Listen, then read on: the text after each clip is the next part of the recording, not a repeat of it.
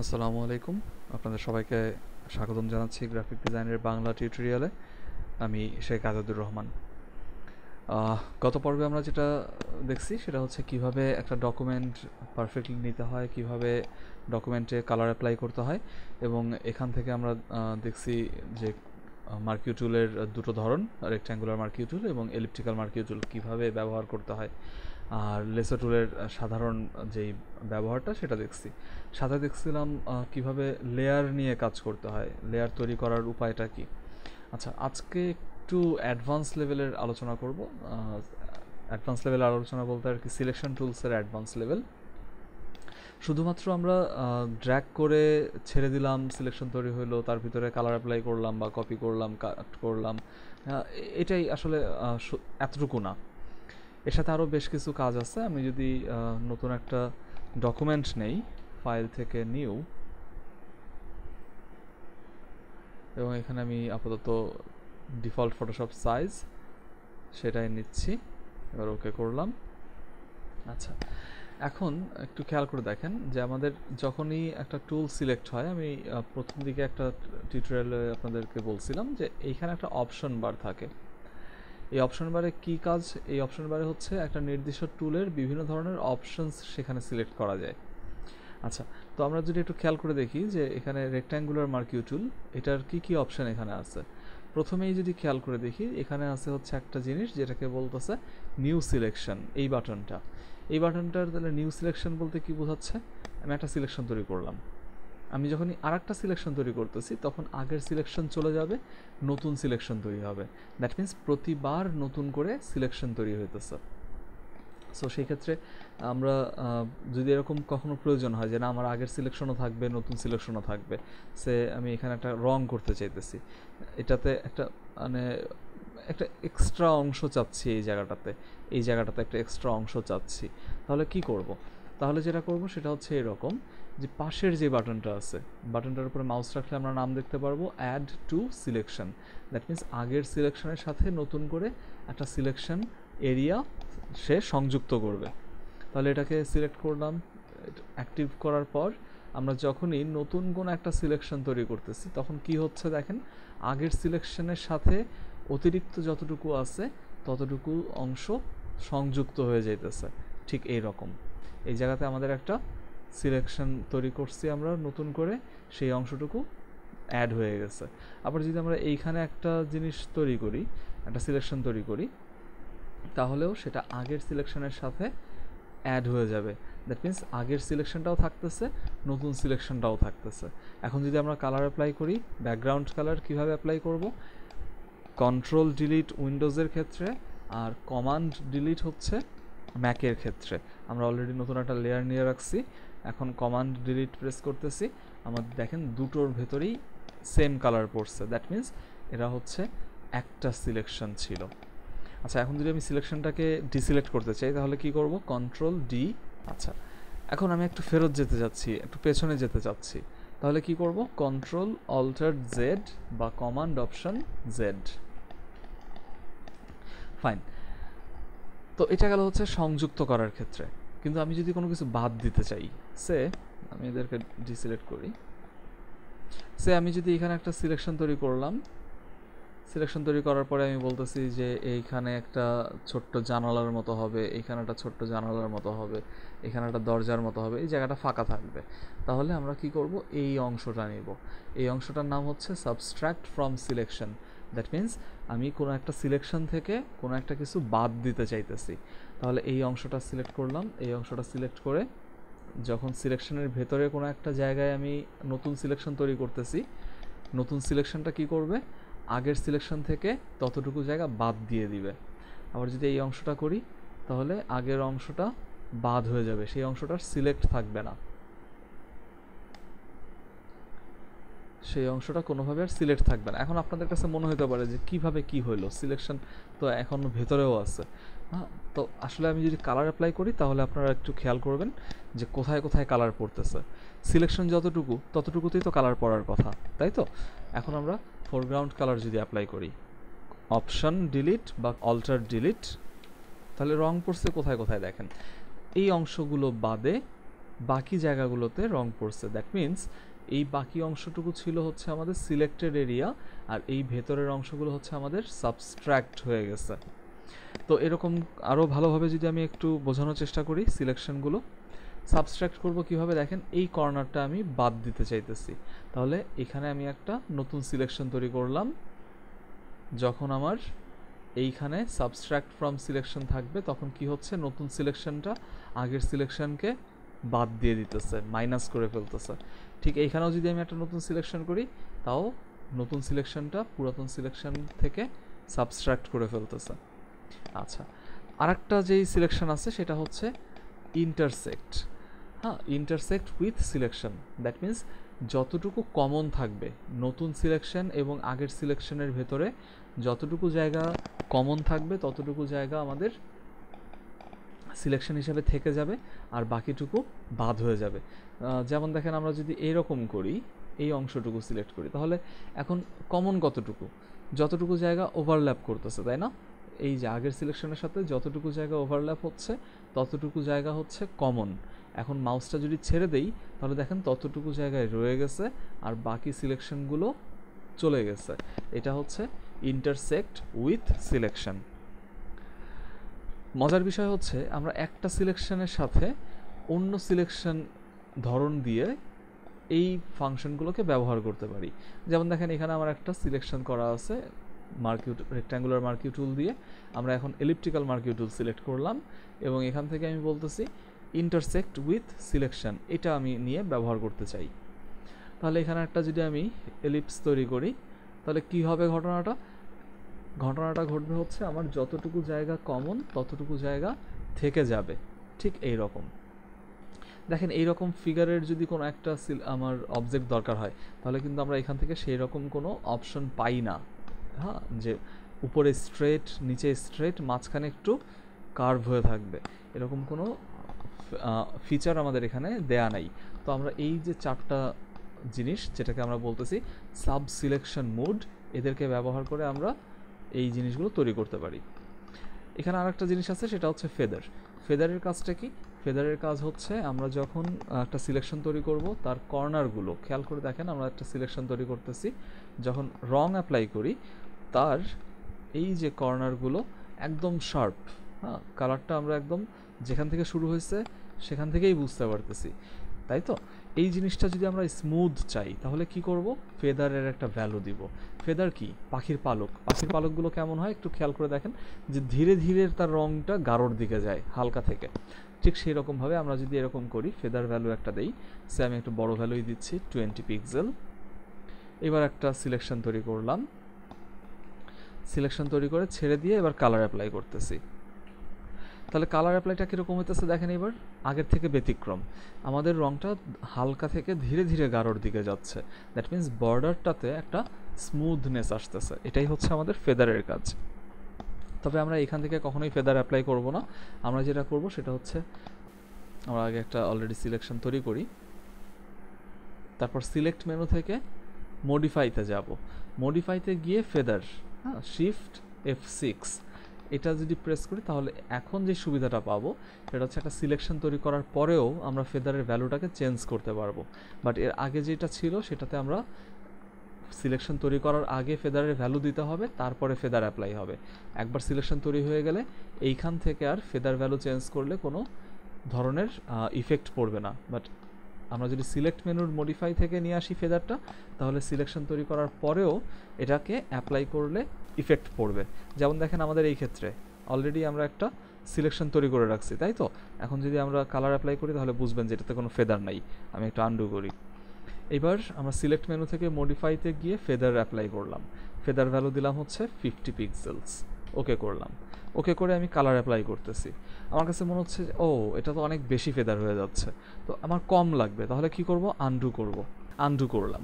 Undo করার পরে আমরা কি করব? এবার আমরা যাব হচ্ছে সিলেক্ট মেনুর মডিফাই থেকে ফেদারের ভ্যালু আমরা দিলাম হচ্ছে 10 পিক্সেল। 10 পিক্সেল দিয়ে এবার ওকে করলাম। ওকে করে কালার অ্যাপ্লাই করতেছি। তাহলে দেখেন, এবার আমরা একটা সিলেকশনে থাকা অবস্থায় একবার ফেদার অ্যাপ্লাই করলাম, মন মতন হয়নি, আনডু করে আবার ফেদার অ্যাপ্লাই করতে পারতেছি। এই সুবিধাটা আমরা পাচ্ছি কোথা থেকে? সিলেক্ট মেনুর মডিফাই থেকে। কিন্তু আমরা এইখান থেকে কখনোই সেই একই সুবিধাটা পাবো না। এটা গেল ফেদারের কাজ। এবার যদি আমরা একটু আসি হচ্ছে অ্যান্টি এলিয়াস। এটার কাজটা কি? অ্যান্টি এলিয়াসের কাজটা হচ্ছে আমরা যখন একটা সিলেকশন তৈরি করি, খেয়াল করে দেখবেন সিলেকশনটার বর্ডারে একটা স্মুথনেস আছে, তাই না? যদিও বা এটা শার্প, হঠাৎ করেই শুরু হওয়া, তারপরে একটা স্মুথনেস আছে। বাট আমরা এই অ্যান্টি এলিয়াসটাকে অফ রেখে যদি সিলেকশন তৈরি করে কালার অ্যাপ্লাই করি, তাহলে দেখব যে এই জায়গাগুলো কেমন যেন একটু জিগজ্যাগ হয়ে গেছে। হ্যাঁ, এই যে ব্যাপারটা, যে জিগজ্যাগ যদি চাই কর্নারগুলোকে, তাহলে আমরা শার্প যদি চাই খুব বেশি, তাহলে আমরা কি করব? অ্যান্টি এলিয়াসটাকে অফ করব। আর যদি আমাদের এরকম জিগজ্যাগ না, আমাদের স্মুথ দরকার, তাহলে আমরা কি করব? অ্যান্টি এলিয়াসটাকে অন রেখে সিলেকশন তৈরি করব। এবং অবশ্যই সেটা মানে অন রাখতে হবে, অ্যান্টি এলিয়াসটাকে অন রাখতে হবে সিলেকশন তৈরি করার আগে। সিলেকশন করার পরে অ্যান্টি এলিয়াস অন অফে কোনো ধরনের প্রভাব পড়বে না। আচ্ছা, আপনারা অনেকেই হয়তো বা মনের মধ্যে কোশ্চেন করতেছেন যে এত জুম ক্লোজ হচ্ছে কিভাবে, এত দূরে যাচ্ছে কিভাবে? আসলে আমি জুম ব্যবহার করতেছি। জুম করা যায় হচ্ছে কিবোর্ডের অল্টার বা অপশন চেপে ধরে, মাউসের স্ক্রল হুইল যদি আমরা আপ ডাউন করি তাহলে জুম ইন জুম আউট হবে।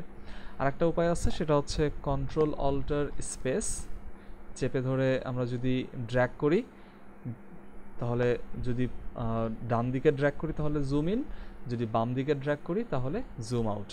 ম্যাকের ক্ষেত্রে কমান্ড অপশন স্পেস, ড্র্যাগ ডান দিকে করলে জুম ইন, ড্র্যাগ বাম দিকে করলে জুম আউট। আচ্ছা, তো এই হচ্ছে মোটামুটি আমাদের অ্যান্টি এলিয়াসের ব্যাপারটা। এখানে আরেকটা জিনিস দেখতেছি, সেটা হচ্ছে স্টাইল। স্টাইলের ব্যাপারটা কি? স্টাইলের ব্যাপারটা হচ্ছে নর্মাল যখন, তখন তো আমরা দেখলামই সব কিছুই আমরা যেভাবে ড্র্যাগ করব সেভাবেই হবে। আর এখানে আছে একটা ফিক্সড রেশিও। দ্যাট মিন্স আমরা যদি এরকম বলি যে আমাদের সিলেকশনটা হবে হচ্ছে চওড়ায় যতটুকু, তার থেকে দ্বিগুণ হবে হচ্ছে তার লম্বা। দ্যাট মিন্স উইথ যা হবে তার ডাবল হবে হাইট, ফিক্সড রেশিও। তাহলে উইথ হচ্ছে যদি 1 ইউনিট হয়, হাইট কত ইউনিট হবে? 2 ইউনিট। এবার যদি আমরা ক্লিক করে ড্র্যাগ করি, তাহলে দেখব যে আমরা যেদিকেই ড্র্যাগ করি না কেন, তার উইথ যতটুকু হচ্ছে তার দ্বিগুণ হাইট হচ্ছে। এরকম কোনো কিছুর প্রয়োজন হলে আমরা ব্যবহার করব ফিক্সড রেশিও। আবার নির্দিষ্ট একটা মাপের আমার যদি কোনো সিলেকশন দরকার হয়, সেই ক্ষেত্রে কী করব? ফিক্সড সাইজ, এই স্টাইলটাকে সিলেক্ট করব। নির্দিষ্ট মাপের সাইজটা কীরকম হতে, নির্দিষ্ট মাপের কেমন হতে পারে? ব্যাপারটা হচ্ছে এই রকম, যে ধরেন আমার একটা 100 পিক্সেল বাই 300 পিক্সেলের সিলেকশন লাগবে, বা 300 পিক্সেল বাই 100 পিক্সেলের সিলেকশন লাগবে। তাহলে আমরা কি করব? উইথ ভ্যালুটা দেবো হচ্ছে 300 পিক্সেল, আর হাইট ভ্যালুটা দিব 100 পিক্সেল। বাই দ্য ওয়ে, আমরা ডিজাইনাররা যেটা করি সেটা হচ্ছে আগে উইথ ভ্যালু বলি, তারপরে হাইট ভ্যালু বলি। দ্যাট মিন্স 300 বাই 100 এটা ইন্ডিকেট করে উইথ 300, হাইট 100। আচ্ছা, এবার যদি আমরা এখানে একটা সিলেকশন তৈরি করি, জাস্ট একটা ক্লিক করলেই চলবে। একটা ক্লিক করলেই কি হচ্ছে দেখেন, 300 পিক্সেল চওড়ায় এবং লম্বায় 100 পিক্সেলের একটা সিলেকশন তৈরি হয়ে গেছে।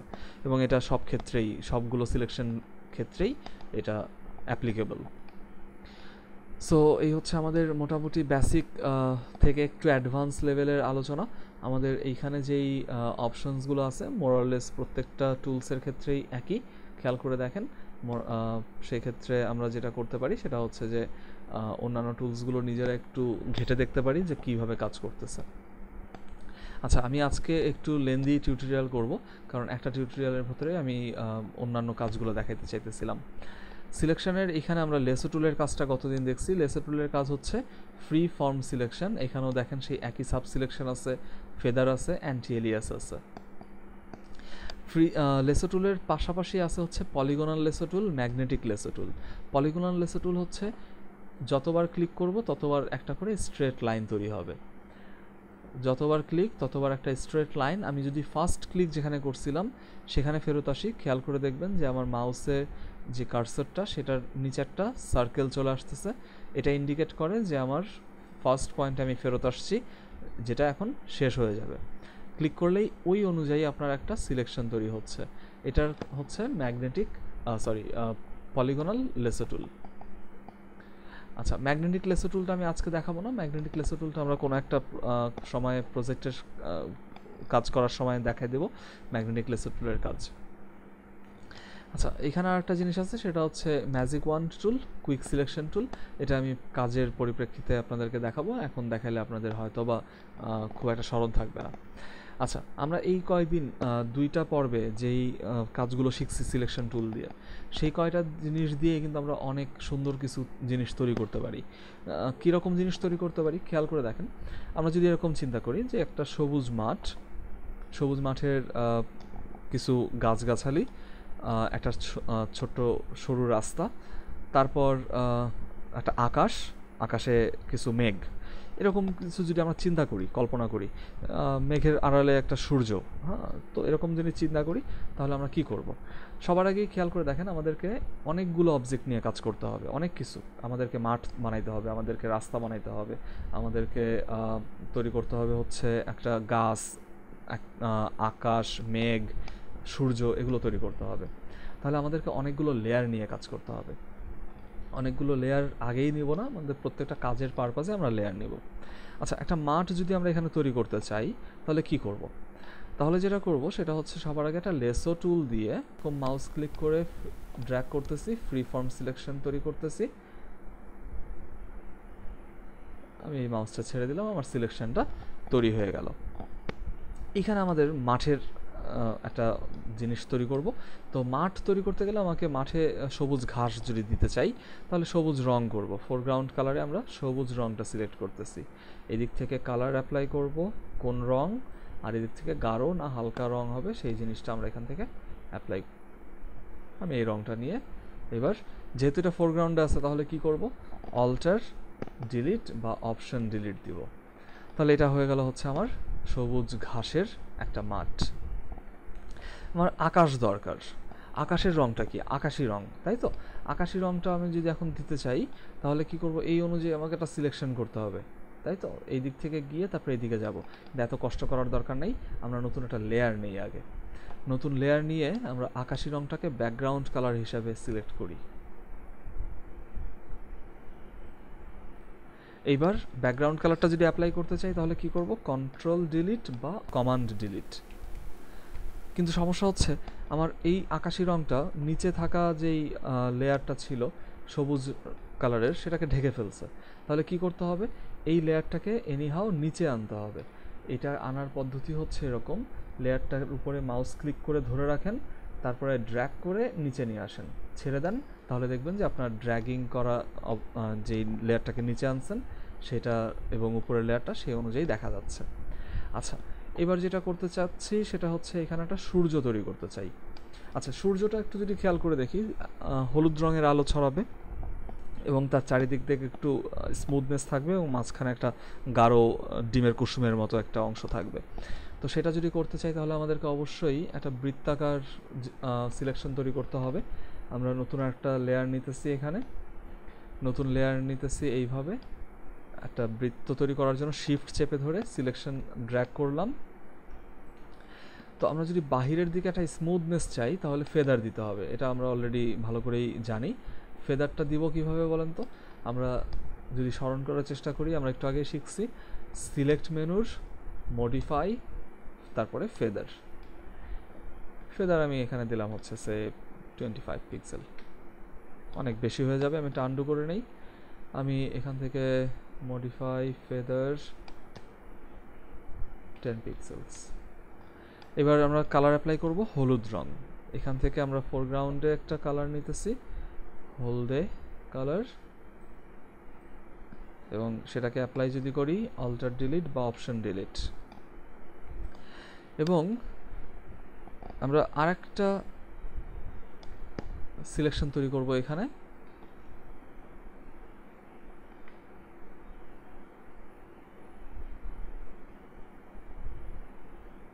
আমরা এখানে আরেকটা সিলেকশন তৈরি করতেছি, যে সিলেকশনটার ভেতরে কোনো ফেদার থাকবে না, আমরা সরাসরি একটা রং দিব, যেটা হচ্ছে আগেরটার থেকে একটু গাঢ় রং, একটু কমলা কালারের রং হবে।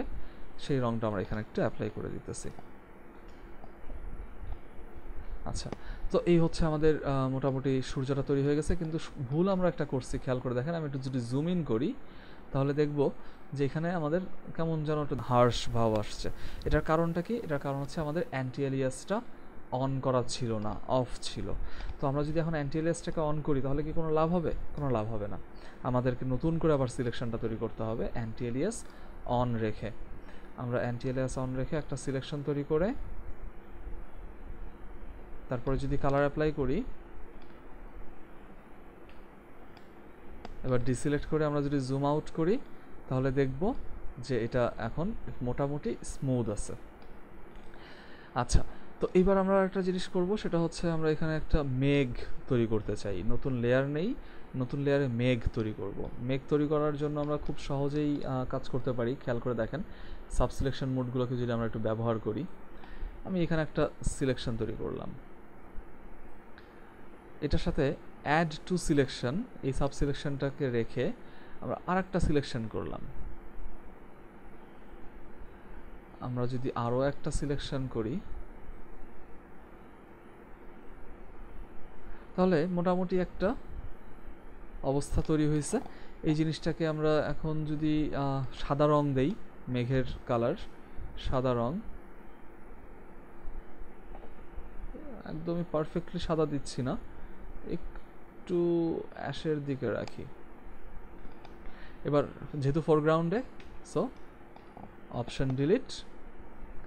আচ্ছা, এবার আমরা এই জিনিসটাকে কয়েক দফা কপি করতে পারি। কয়েক দফা কপি করার জন্য আমরা যেটা করব সেটা হচ্ছে এই লেয়ারটা সিলেক্ট থাকা অবস্থায়, মেঘের লেয়ারটা সিলেক্ট থাকা অবস্থায় মুভ টুলে আমরা যাব, গিয়ে আমরা এটাকে অল্টার চেপে ধরে বা অপশন চেপে ধরে মাউস ক্লিক করে ড্র্যাগ করব। তাহলে আমাদের সেম অবজেক্ট কপি হবে, ভিন্ন একটা লেয়ার তৈরি হবে।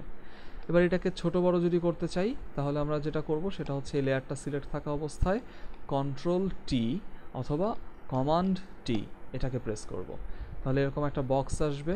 আমরা এই সাইড থেকে ছোট বড় করতে পারি বা বড় ছোট করার জন্য অন্যান্য পয়েন্টগুলো ব্যবহার করতে পারি। এক্ষেত্রে খেয়াল রাখবেন, আপনি যদি প্রপোর্শনটা ঠিক রাখতে চান তাহলে শিফট চেপে ধরেন, তাহলে আপনার প্রপোর্শনটা ঠিক রেখে আপনি এটাকে বড় ছোট করতে পারবেন।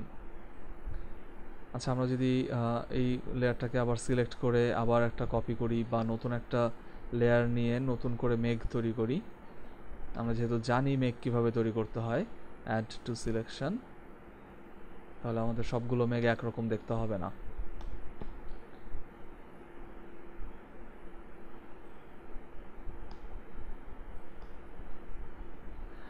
এবার যদি আমরা এখানে সাদা রং আবার অ্যাপ্লাই করি,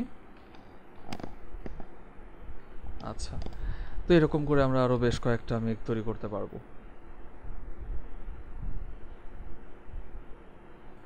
আচ্ছা, আমাদের মেঘ তৈরি হয়ে গেছে। এবার আমরা যেটা করব সেটা হচ্ছে এখানে একটা রাস্তা যদি তৈরি করতে চাই, এখানে যদি একটা রাস্তা তৈরি করতে চাই তাহলে কি করব? তাহলে আমরা লেসো টুলের ব্যবহার করতে পারি। লেসো টুল দিয়ে আমরা এই দিক থেকে একটা, যেহেতু দূরে যাচ্ছে, দিগন্তের দিকে যাচ্ছে, তাই এইদিকে গিয়ে একদম সরু হয়ে যাবে, তাই তো? আবার এদিকে আসবে একটু চওড়া হয়ে আসবে।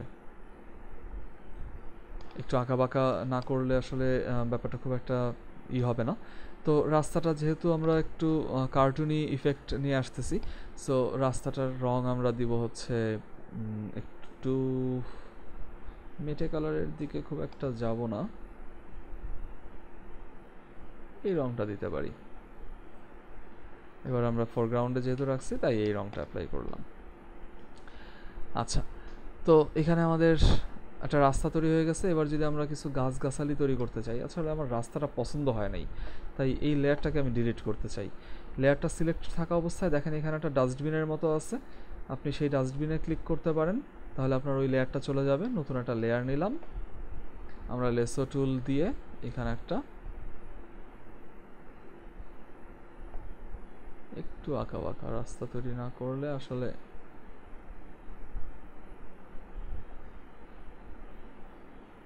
আচ্ছা, এইবার যদি আমরা কালারটা দেই, হ্যাঁ, তাও অনেকটা অনেকটা মানে আসতেছে। তো এবার আমরা যেটা করব সেটা হচ্ছে গাছ তৈরি করব। গাছ তৈরি করার জন্য আগেই একটা লেয়ার নিয়ে নেই। এবার গাছের গুঁড়িটা আমরা তৈরি করতেছি হচ্ছে রেক্ট্যাঙ্গুলার মার্কিউ টুল দিয়ে। যেহেতু গাছটা একটু দূরে থাকবে তাই এটাকে ছোট দেখা যাবে, তো আমরা এটাকে স্টাইলটাকে নর্মাল করে নিতেছি। এবার সিলেকশন টুল দিয়ে এখানে একটা ছোট্ট করে সিলেকশন মার্কিউ টুলের সিলেকশন তৈরি করলাম। রং দিলাম হচ্ছে একটু বাদামি টাইপের কালার, নাকি এটাকে কি কালার বলে আমি আসলে জানি না, নামটা ভুল বললে মাফ করে দিয়েন। আচ্ছা, এরকম একটা রং অ্যাপ্লাই করলাম, ডিসিলেক্ট করলাম। তারপরে এর উপরে কিছু গাছের মতো ইফেক্ট আনতে হবে, তাই তো? গাছের ইফেক্ট আনার জন্য আমরা যেটা করতে পারি সেটা হচ্ছে এলিপ্টিক্যাল মার্কিউ টুল দিয়ে একটা সিলেকশন তৈরি করলাম। অ্যাড টু সিলেকশনে থাকা অবস্থায় আর একটা সিলেকশন তৈরি করলাম, এখানে আর একটা সিলেকশন তৈরি করলাম, একদম মেঘ তৈরির মতো। এই সিলেকশনটা আসলে খুব একটা ভালো হয়নি। আচ্ছা, তো এবার এই সিলেকশনে আমরা কি রং দিব? এই সিলেকশনে আমরা সবুজ রং অ্যাপ্লাই করতে পারি। একটু খেয়াল রাখবেন যে গাছের রং আর ঘাসের রং এটা কিন্তু সবসময় একরকম হয় না। তো আমরা গাছের রংটাকে একটু ডার্ক কালার দিতে চাচ্ছি, গাছের পাতা অ্যাপ্লাই করে দিলাম। এরকম করে আমরা আরও অনেকগুলো গাছ তৈরি করতে পারবো না? পার্সপেক্টিভ ব্যাপারটা আপনারা স্মরণ রাখার চেষ্টা করবেন, যে দূরের জিনিস একটু ছোট দেখা যায়, কাছের জিনিস একটু বড় দেখা যায়। যদিও বা আমার মেঘগুলো অনেক বেশি বড় বড় লাগতেছে, তো এগুলোকে আপনারা চাইলে ছোট করে তৈরি করতে পারেন। সূর্যটা একটু বেশি আড়ালে চলে গেছে, সূর্যটার লেয়ার আমাদের এইখানে আছে সম্ভবত। এই লেয়ারটাকে যদি আমরা একটু মুভ করি মুভ টুল দিয়ে, তাহলে এটাকে আমরা উপরে রাখতে পারি। তো যাই হোক, সিলেকশন টুল দিয়ে আসলেই অনেক কিছু করা সম্ভব। আরও অনেক চমৎকার ল্যান্ডস্কেপ, কার্টুন ক্যারেক্টার, আরও অনেক কিছু করা সম্ভব। আপনারা এই টুলগুলোর সাব সিলেকশন মোড, ফেদার এগুলো ব্যবহার করে আমি আশা করব যে অনেক ভালো ভালো কাজ করবেন, এবং অবশ্যই আমাকে জানাবেন যে আপনারা কি কাজ করলেন। তো ধন্যবাদ, সবাই ভালো থাকবেন। টিউটোরিয়াল দেখে যদি কোনো প্রবলেম ফিল হয় তাহলে অবশ্যই কমেন্টে জানাবেন, আর আমার চ্যানেলটা সাবস্ক্রাইব করে রাখতে পারেন, কারণ আরও অনেক মজার মজার জিনিস নিয়ে আমি হাজির হব আপনাদের সামনে। ধন্যবাদ।